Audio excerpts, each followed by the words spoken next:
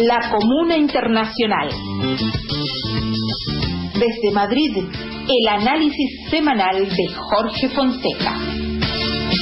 Y bien, que todo siga en su sitio, el camino es precipicio, y estas palabras.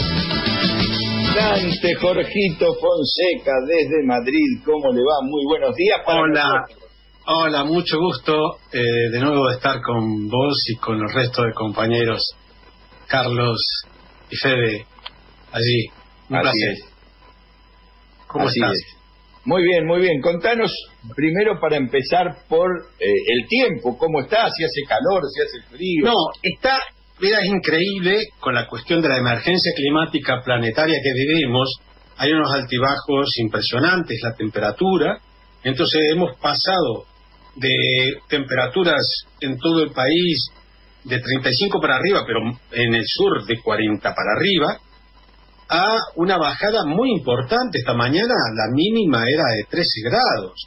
Había que ponerse una camperita o algo, salí temprano, y por lo tanto esto demuestra el cambio climático, no hay otra. Para los negacionistas, hay que decirlo así. O sea que, claro, está agradable porque no hace mucho calor hoy, pero repito, ayer hoy, y además en 2 días vuelve el supercalor. Estamos en un sub y baja permanente. Bueno, si te parece, vamos adelante. Abordamos la cuestión que hoy queremos comentar, ¿no? Que es fundamentalmente el contraste que hay entre Cuba, la situación de crisis que hay en Cuba, y la que hay en España, que hay una crisis porque se sabe que el presidente de gobierno ha cambiado a muchos de los ministros y ministras que son del Partido Socialista, no ha tocado a los 5 que son de Podemos. Hay 22 ministros en total, 17 son del PSOE y 5 son de Podemos. No los ha tocado porque del acuerdo de gobierno está de que él no toca los ministros de Podemos, ¿no? Significaría romper la coalición, y eso lo tienen que cambiar la gente de Podemos, de Unidas Podemos, que es Izquierda Unida y Podemos, y ya han tenido un cambio cuando se fue Pablo Iglesias, y digamos eso sí supuso la incorporación de una nueva ministra, ¿no?, en su lugar. Y digo esto porque, claro, esto refleja también una crisis en el sentido que lo hace precisamente para tratar de afrontar las encuestas que le dan a la derecha ganadora por mayoría absoluta de cara a las próximas elecciones de 2023, y con esto, digamos, quiere dar un golpe sobre la mesa con discursos muy al estilo PSOE, rejuvenecemos, feminizamos el gobierno, y además lo ponemos todo de cara a la recuperación contando con el dinero de la Unión Europea. Y empezó con los contrastes, para que nos demos una idea. El dinero entre ayudas a fondo perdido, subsidios que no hay que devolver, eso más o menos la mitad de lo que voy a decir, y préstamos en condiciones baratas, a España le tocarían, de los 750.000 millones que van a ser para la Unión Europea, a España le tocarían 140.000 millones, de los cuales, ya digo, más o menos la mitad serían sin devolver, que además es lo que ya ha pedido el gobierno y que lo debería recibir en los próximos 3 años. En este año solamente va a recibir 20 y pico mil. Entonces, te recuerdo que dije 140.000 millones de ayuda. De dólares. De euros. De euros. O sea, que son de más, euros. un Más. 10% más en dólares, ¿no? Sí, sí. Entonces, para que te deje una idea, digo yo, el contraste entre esto, de la ayuda y que sacan pecho. Además, este país tiene una deuda del 100% del PIB, más del 120 prácticamente del PIB. Sacan pecho, recuperación, optimismo. Bueno, ¿sabes cuánto es el PIB de Cuba? No. Algo así como es para el 2019, 2020, estaba en torno a unos 70, 80 mil millones de euros, si lo medimos en euros.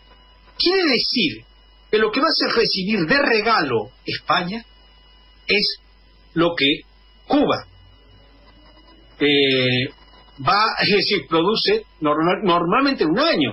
Ahora con la situación que hay y su dependencia tan grande del turismo, ya veremos cuánto va a ser el PIB este año. Yo quiero empezar aclarando una cosa para posicionar. La gente discute si Cuba vive en un sistema totalitario o no. Lo voy a decir rotundamente, sí. Sí, en el sistema totalitario de mercado capitalista mundial. Igual que Argentina, igual que España, igual que todo el mundo en realidad. Solo que las víctimas de este sistema totalitario sobre todo están en la periferia. Pero en la periferia entendida como el sur global que llamamos, que incluye no solo al sur geográfico, a los países subdesarrollados, sino los pobres dentro de los países desarrollados.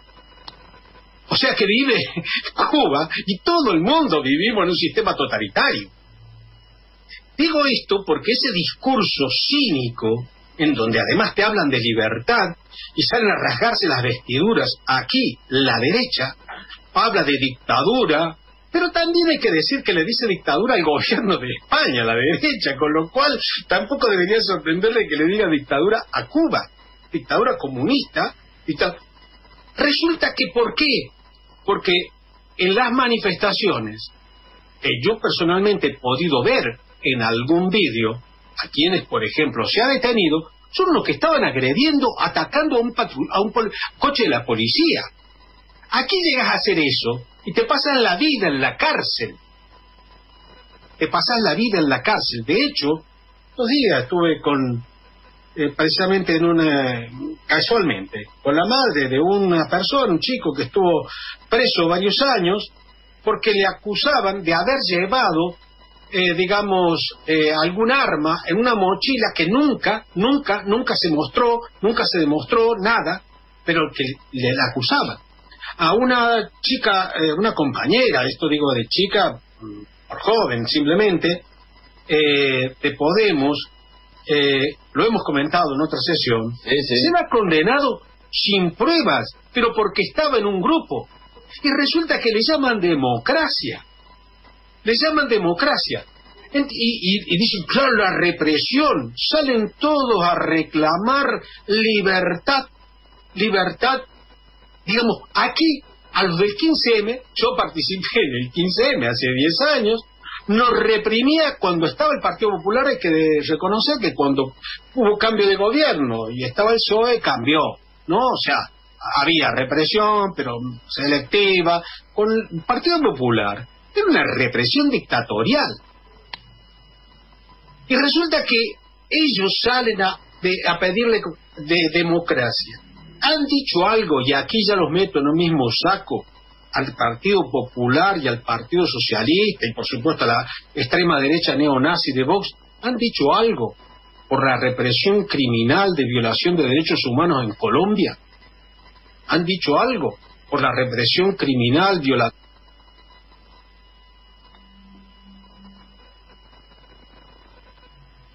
algo por la situación de un montón de presos políticos injustamente encarcelados en Argentina. Se te interrumpe se te interrumpe la voz, se te mutea solo. Porque, perdón, lo que pasa es que está entrando una llamada y he tenido que rechazarla porque estoy con el móvil. Está bien, entonces, está bien. La cuestión decía, por eso, en este sistema de totalitarismo de mercado, donde vive Cuba, Argentina, España, Grecia, que son los principales, los países del sur, que son los principales. Bueno, claro, vivimos todos en un sistema totalitario de mercado global, porque Cuba, por mucho que practique, tenga una economía social, digamos, de carácter, podemos decir, socialista, no está exenta de las leyes de funcionamiento del mercado global, y si no, ahí lo vemos, bloqueada durante décadas, durante más de 60 años, bloqueada de una manera criminal, violando sus derechos de forma sistemática, pero no ya con la situación de no comerciar, sino de impedirle recibir medicamentos, de impedirle recibir cuestiones básicas, y de hecho nadie ha levantado la voz. Bueno, algunos lo hacen, ahí tenemos algunos sectores progresistas en el mundo que están... Aquí, por ejemplo, hay que decirlo que ayer en las redes sociales fue trending topic la palabra bloqueo, ¿no?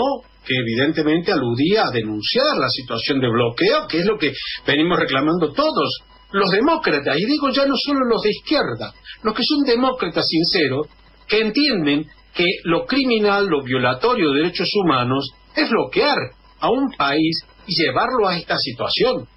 Esto es terrorismo. Ahí te sumo, seguramente lo leíste, un buen punto para Alberto Fernández, que es sin duda, demócrata, hablando del bloqueo, haciendo mucho más eje en el bloqueo, y eso es muy importante. Y al principio del programa destacaba lo que significa y tiene que ver con lo que vos estás conversando.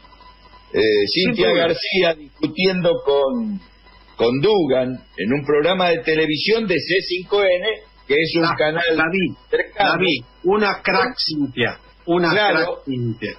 Pero hasta ahí se ve el liberalismo de un tipo como Dugan, que no es un reaccionario, pero sí un liberal. Ella tenía que hacer un esfuerzo, por suerte importante, con datos, con vivencias, pero para demostrar lo que es Cuba. Aquí hay un parteaguas importante. Yo siempre digo, podemos tener muchas diferencias con algunos señoras liberales, pero que son estos liberales clásicos, les digo yo, en el sentido que defienden la legalidad burguesa, pero la legalidad, y defienden que exista criterios justos. Bueno, podemos tener muchas más diferencias, ¿no? La principal es de que la mayoría de ellos defiende la expropiación de los trabajadores, porque cuando ellos hablan de defender la propiedad privada, en realidad lo que están hablando, muchos no lo saben, muchos son inconscientes, y si no defienden la propiedad privada, pero que lo que están defendiendo en realidad es la expropiación, porque no hay sistema más expropiador que el capitalismo, que expropia y envía a la pobreza a la amplia mayoría de la población.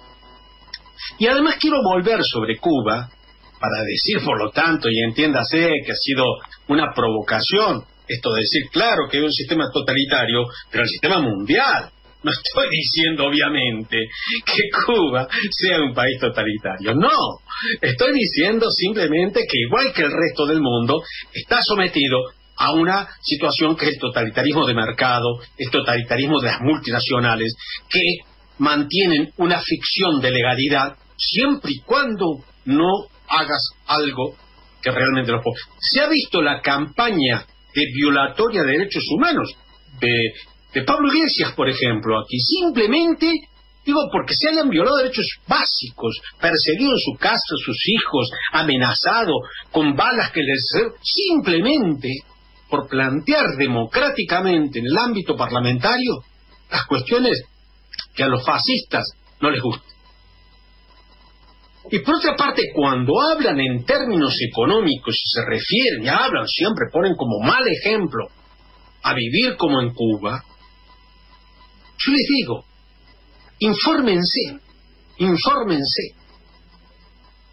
La mejor manera para comparar el nivel de vida de un país con otro a nivel mundial, hasta ahora con todas sus limitaciones, es el índice de desarrollo humano del Programa de Naciones Unidas del Desarrollo, de Naciones Unidas, que es un índice que pondera distintos aspectos que hacen a las condiciones de vida.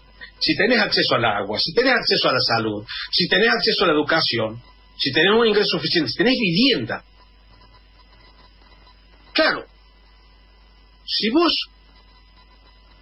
mirás históricamente, bueno, históricamente este índice hace de los 90, ¿cuáles son los países que están dentro de América Latina en mejor situación siempre? el trío del Cono Sur, donde no es por casualidad, estuvo el terrorismo de Estado ensañándose. Argentina, Chile, Uruguay. Argentina y Chile se han cambiado los roles. En algún momento estuvo la mayor parte del tiempo, estaba Argentina primero, luego Chile, a pesar de todas sus circunstancias, también está siempre ahí en esos niveles. ¿Quiénes vienen después? Costa Rica y Cuba, y en muchos momentos Cuba estuvo la cuarta siempre, durante muchos tiempos. La cuarta, porque claro...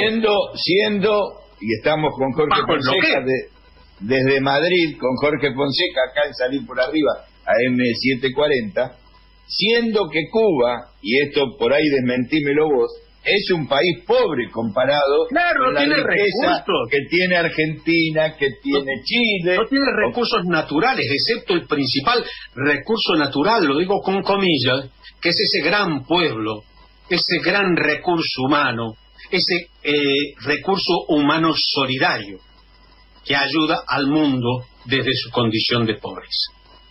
Y Cintia recordaba en eso que estaba señalando, cómo ya no es solo que le impiden que se negocie, sino mencionaba la cuestión de lo que significa que no pueden tener seguros los barcos que transporten una donación, por ejemplo, de las jeringas que se le ha donado, porque ellos tienen la vacuna, pero no tienen jeringa para ponerla. Entonces, quiero subrayar esto, de que, por claro, si vos comparas a un rico de Argentina, de Uruguay, de Perú, que se ha enriquecido a costa de explotar o de heredar alguna fortuna de los explotadores familiares que tuvo antes, o de los apropiadores de los recursos naturales de la Patagonia, o de lo que sea, o de las fábricas que le legaron los terroristas de Estado como Videla, o los como Macri, que les perdonaron las deudas. Si vos comparás a estos criminales con cualquier cubano, claro que viven mucho mejor. Pero compará la media de la situación de las condiciones de vida de ese país sin recursos con la gente de nuestras villas, que no tienen agua. No tienen agua. Y entonces, claro, ahí está. Lo que pasa es que desgraciadamente un problema que tenemos ahora es que las redes sociales, en realidad lo que venden es sobre todo el control del dominio de la comunicación, pasa por las redes sociales más que por la radio, por ejemplo. Entonces, claro, mucha de esta gente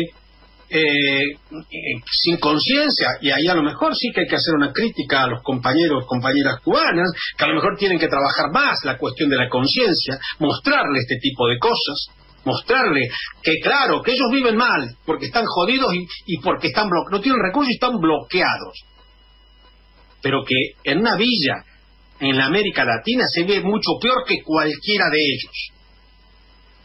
No es casual la esperanza de vida que tienen, muy superior a cualquier país.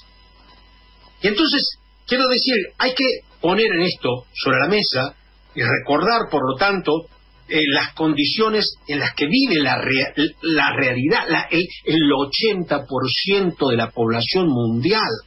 2.000 millones no tienen acceso al agua.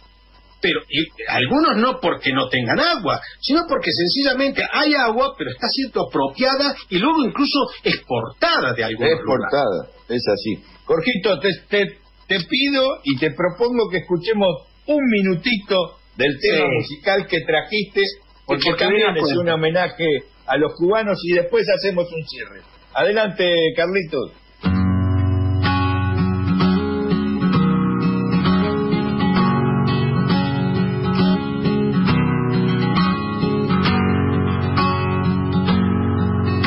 Compañeros poetas, tomando en cuenta los últimos sucesos, en la poesía quisiera preguntar, me urge,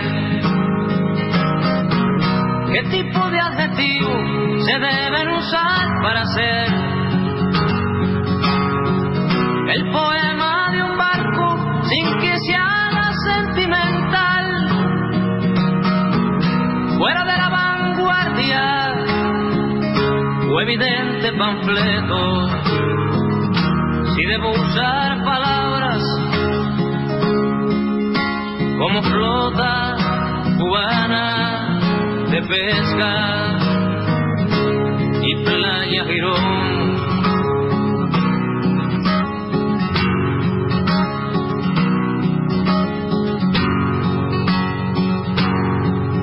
compañeros de música, tomando en cuenta esas politonales y audaces canciones, quisiera preguntar, me urge, ¿qué tipo de armonía se debe usar para hacer?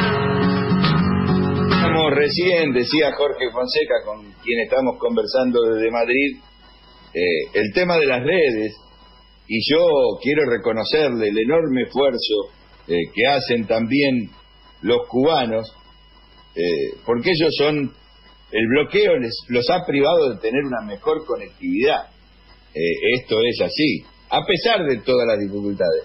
Y que gracias a sus poetas, a sus músicos, han logrado romper esa barrera, que claro, con la tecnología uno se sobreabunda y entonces parece que se pierde, pero muchos de nosotros conocimos la música cubana de Silvio, de Pablo, cuando acá estaba prohibida la música por la dictadura militar. Claro. Bueno, mirá, me haces acordar que cuando yo tengo que irarme con mi pareja, una de las cosas que hice fue romper un montón de discos, al margen de quemar libros,